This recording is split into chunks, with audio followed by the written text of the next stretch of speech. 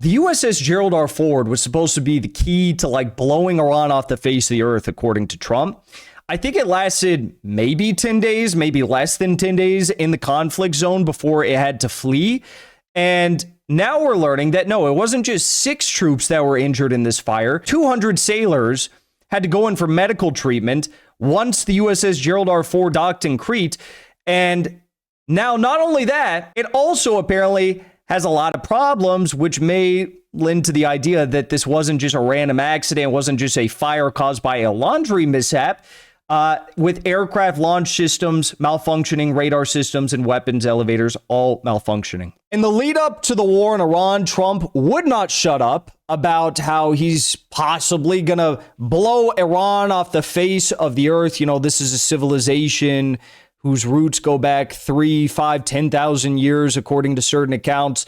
And he had this insane notion that somehow by sending the USS Gerald R. Ford alone, he was even saying this just when it was only the USS Gerald R. Ford, that this was going to be like the end of, you know, Persian Iranian civilization, right? Of course, he did send the USS Abraham Lincoln, but now it's only the USS Abraham Lincoln, which is in the region. And to say it's in the region, I mean, that's kind of an overstatement, because is it in the region? I mean, I guess it has now fled over 1,000 kilometers away from any Iranian coastal border. But the reason for it is quite simple. The USS Gerald R. Ford had a big problem. As we've reported on several occasions, it was likely a case of U.S. soldier mutiny, U.S. Navy mutiny on board the USS Abraham Lincoln before the war began. In the last 3 days before the war was supposed to start, we had tons of reports of U.S. Navy personnel stuffing items, including their undershirts, into toilets to clog the sewage system on board the USS Abraham Lincoln. It caused the sewage system to overflow. No one could use the toilet. There were hour-long plus waits to even use a single toilet on the USS Gerald R. Ford, which forced the ship to go back to dock in Greece for several days before it re-entered the conflict zone and the war began. Then we had the news during the war that a fire broke out. Now, the official story is no, this was not as a result of any sort of Iranian attack. This was because of lint in a dryer, like a laundry incident. A laundry incident, which apparently was so bad that it forced 600 sailors on board the USS Abraham Lincoln to have to sleep on the ground or in other quarters and other people's quarters within the ship because of the high amounts of smoke. Well, now we're getting more information about what took place. The USS Gerald R. Ford has arrived in Crete after leaving the Middle East when a fire broke out on board, sending over 200 sailors for medical treatment. 200 were injured in this fire. Folks, let me just tell you, I don't think that this was on accident, and I don't think that we're getting the full story here. Whether this was mutiny, whether this was some sort of an attack, I don't know, but I can tell you we're not getting the story of 200 sailors. Initially, they said it was 6 sailors that were injured in this fire. Now we're hearing 200 sailors had to go in for treatment. I mean, maybe it's like smoke inhalation treatment. I don't know, but this seems like they're leaking the story bit by bit, drip by drip, and it's not adding up with what they initially told us. Okay. The incident highlights deeper problems, however. Despite costing $13.2 billion in entering service in 2017, the carrier has unresolved issues with key systems like aircraft launch, radar, and weapons elevators. The Pentagon says there isn't enough data to confirm its combat effectiveness. The ship has also been deployed longer than usual, about 9 months, raising concerns about strain on both U.S. equipment and crew.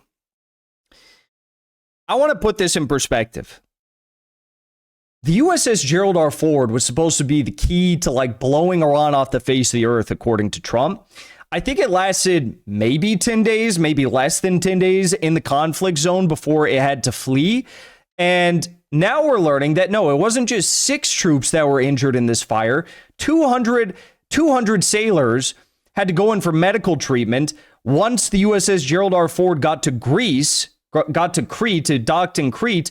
And now, not only that, not only are there 200 sailors going in for medical treatment, it also apparently has a lot of problems, which may lend to the idea that this wasn't just a random accident, it wasn't just a fire caused by a laundry mishap, with aircraft launch systems malfunctioning, radar systems, and weapons elevators all malfunctioning. Not a good look. Not a good look for the only blue water navy in the world. We can destroy anyone. We have the only blue water navy in the world, right? The USS Gerald R. Ford is expected to be out of service for at least 14 months, but likely 2 years. Some laundry room fire.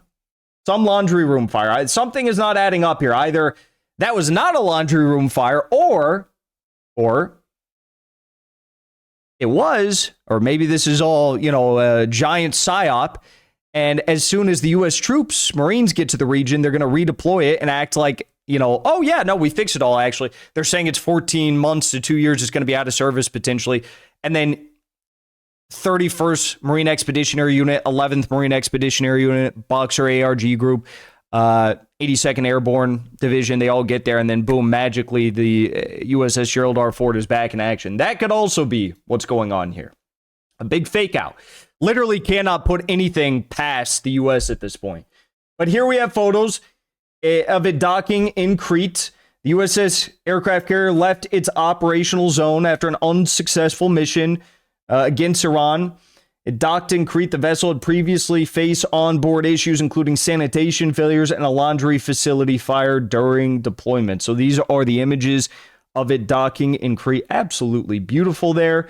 It is a shame it has to be, these images have to be sullied by this rotting, rusting piece of junk sailing through the ocean that is the USS Gerald R. Ford. But we have more updates from Bloomberg, who reported exclusively on this story. They write, the carrier arrived at a port in Greece after it had to leave the Middle East, the war against Iran, when a fire broke out, blah, blah, blah, blah, blah.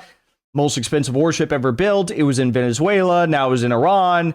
Now here's where things get interesting. The concerns around the Ford range from potentially grave to the mundane. So they're telling you it's either serious or it's not serious. Very specific. This story is very weird. According to a new assessment from the Pentagon testing office, with many issues surfacing after it started combat testing in October 2022. Now, I wouldn't be surprised if it did have all these issues that they're claiming to have with the radar, with the launching systems, with the weapons elevator. Like, I would not be surprised, because these ships do have to get taken into port. They do have to get refitted. Everything has to get checked on. Whatever problems arise, this is very heavy, large-scale machinery.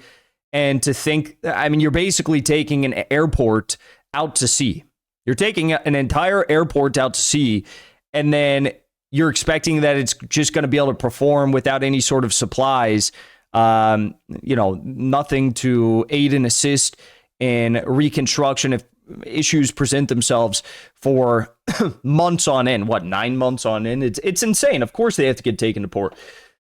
Among the lingering concerns, there isn't enough current test data to assess the Ford's operational suitability or the reliability of several key systems, including its jet launch and recovery system, its radar, its ability to keep operating if hit by enemy fire, and its elevators for moving weapons and munitions for warplanes from the hold to the flight deck.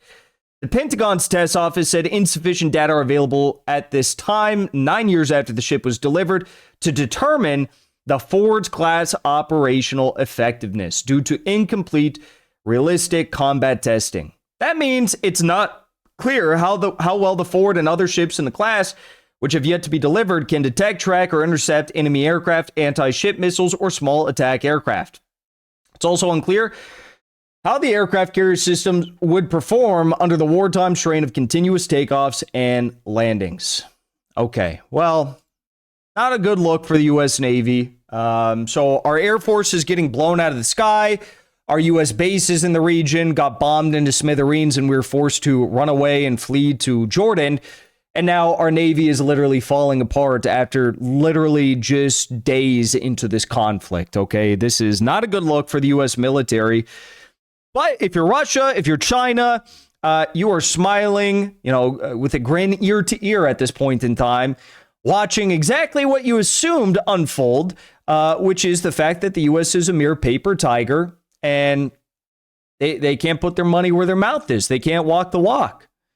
This is humiliating. It's embarrassing. And I can't say I'm that surprised by any of this, but wow, I did not think it was going to happen this soon.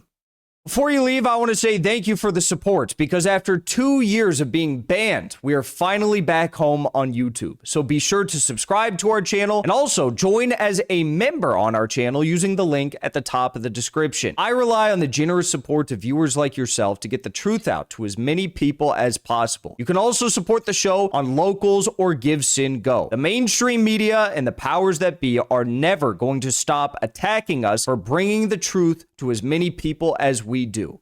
Thank you so much for your support.